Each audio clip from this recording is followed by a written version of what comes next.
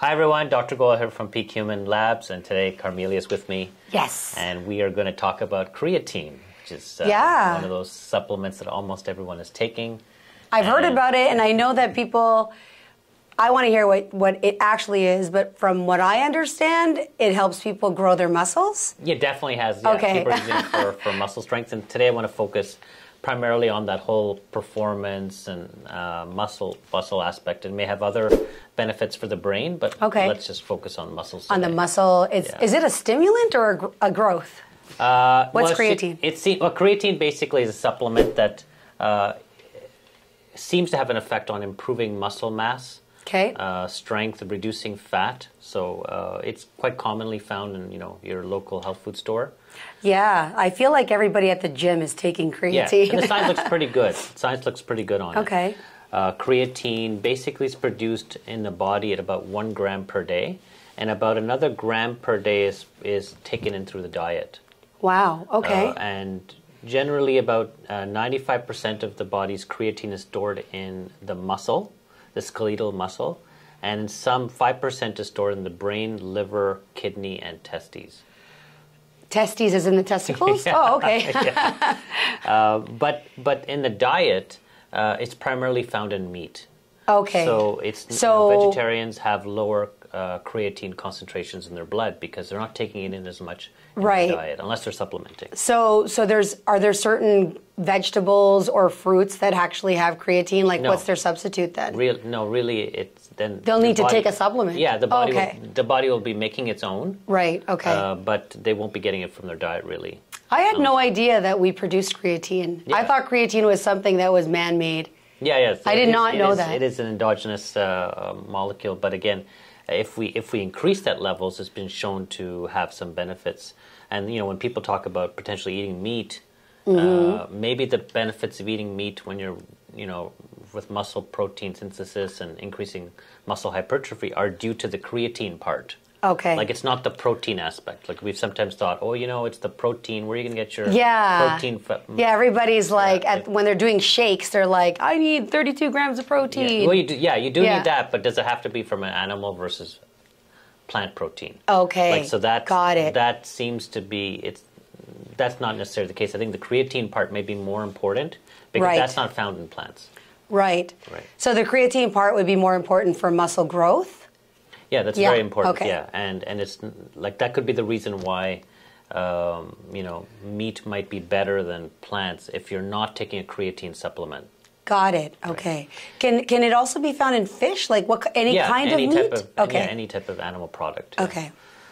So it's basically found in two forms. There's what we call the phosphorylated form, which has this phosphate group on it, which contains about 60% of the stores, and then there's a free form, which is about 40% of the stores. And the typical 70-kilogram male has about 120 to 140 grams of storage that's sitting mostly in their muscles. Like 95% is sitting in their muscles. What are they storing? The creatine. Oh, okay. Normally that's how much is being stored in the body. It's being used, like I said, being used by athletes and sports performance people to improve their strength and decrease their fat-free mass and improve their exercise performance, aerobic performance. And how does it work? Well, we think that it has some effect on improving energy within the mitochondria because this creatine gets absorbed into the cells by a transporter called CREA-T1 and CREA-T2. These are two different transporters, and they get uploaded into the cells and into the mitochondria, where they allow more ATP to be created. So ATP is the energy molecule. Okay. Adenosine triphosphate. So this phosphate is basically it's like a storage of energy, and allows more energy more ATP to be around. So that's why we think that it has some effect on improving, muscle performance. Specifically, if we look at fast performance, like you're looking at, you want like sprinting, pushing heavy weight. Yes, could be sprinting. Those things require a lot of ATP energy.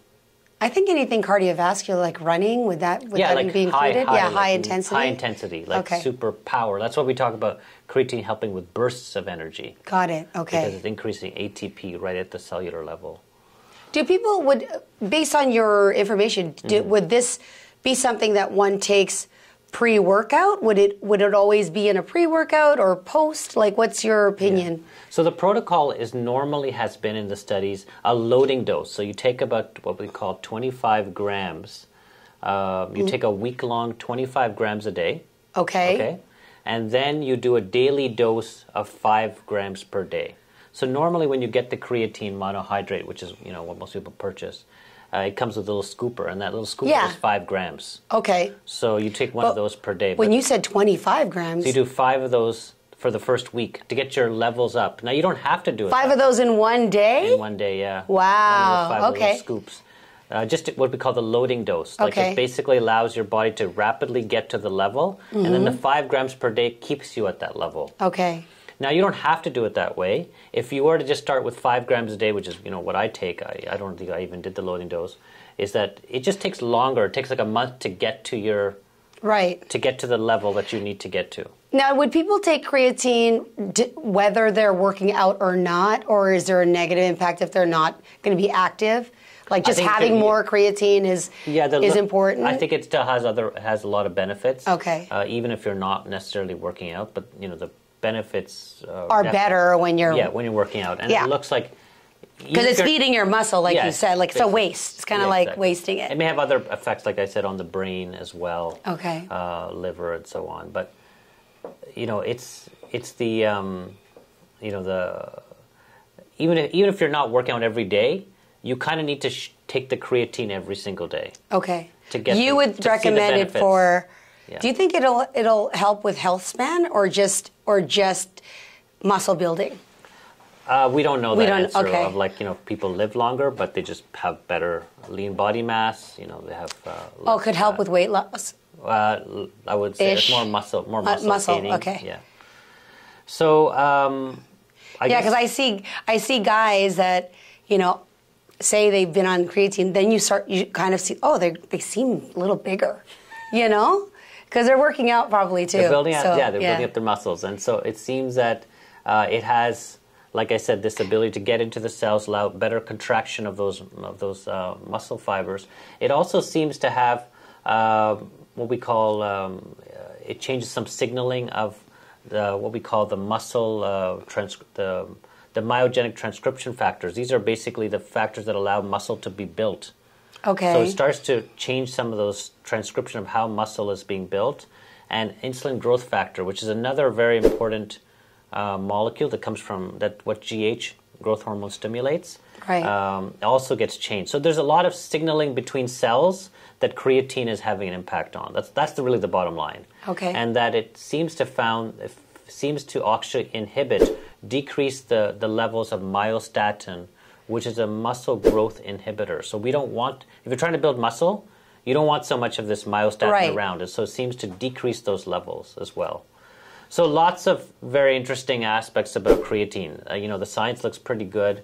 Definitely I feel like my muscles have been missing creatine. You definitely should supplement. Oh my goodness. And if you're a vegetarian, you definitely should be taking creatine. So because you already have low levels, you're not getting it from your diet. So if you're in the gym and you're trying to put on some lean body mass, again, it's about 5 grams a day.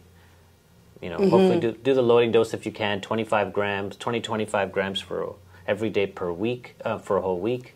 Well, I'm going to be looking at you for some recommendations of the type of creatine I should get. Yeah, let's. I don't know that there's so many different brands and whatnot. You may not want to mention one here, but if you do have a recommendation, I'd love that. So basically the stuff that you get at the health food store is pretty much creatine monohydrate. Okay. That is the most common creatine, which seems to be what people are taking. There are other types of creatine. They don't really seem to have any real true benefit. So the regular creatine at the health food store should be fine. Should be just fine. What's kind of important is that what do you take the creatine with? It looks like that's what I was wondering. Is it in a shake? Is it water? That's good. That's a very good point.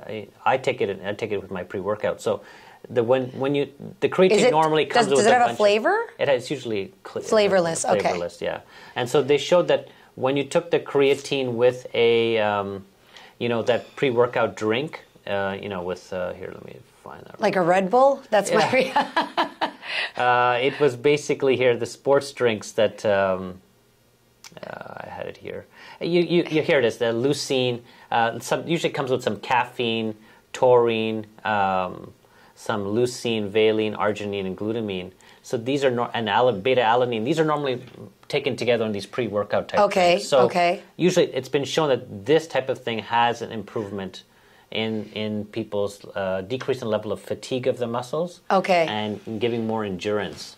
So it seems like that type of pre-workout. So that combination of the pre-workout and the creatine works. Yeah. Okay. It's also important that you take the creatine with some carbohydrates and protein together. So so that's why I think a shake could possibly be a very good idea. It looks like that the body's ability to take in the creatine was improved when they added 50 grams of protein and about 50 grams of carbohydrates.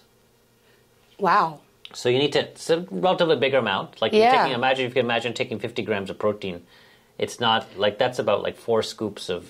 Yeah, because typically a shake is a 28 gram or 20 gram thing. So you could 2. That's like thick. That's a lot of protein. Take some carbohydrates as well with that. It's a bit easier.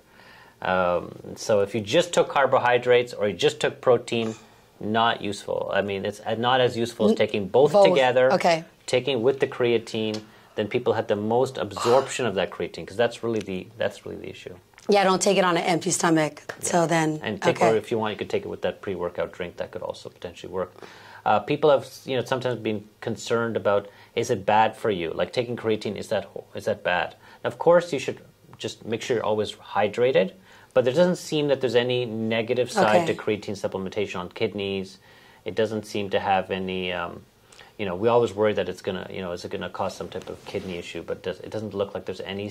Nothing at all, okay. No, studies have shown there's any problem with that. It doesn't dehydrate you, so that's really good. It could potentially even help with muscle cramps and dehydration. It could actually make that better. That's great. So those are all really good things. Well, I think I'm going to go get some creatine now. Yeah. That's awesome. So, yeah, I think the bottom line here is creatine works. It improves muscle strength, muscle mass, decreases fat mass. Better in vegetarians than non-vegetarians because they're already starting with a lower amount, so they're going to have the best gains with it. If you are going to take it daily, 5 grams a day. Start with a loading dose if you can for about I think 20 grams or 25 grams a day for 7 days. So I think that's the critical thing. Very safe. Basically, all creatines in your health food store are fine. Yeah. Creatine monohydrate, look at the label. And I think that's really take home. And if you guys have any comments or questions, please post it in the links or in our comment section below. And if you thought this was useful, please share it. Yeah, we'll see you. Subscribe to the channel. Support us at peakrewards.ca and peakhuman.ca. Peakhuman.ca. And you'll see us there. Okay. Bye. Take care. Bye.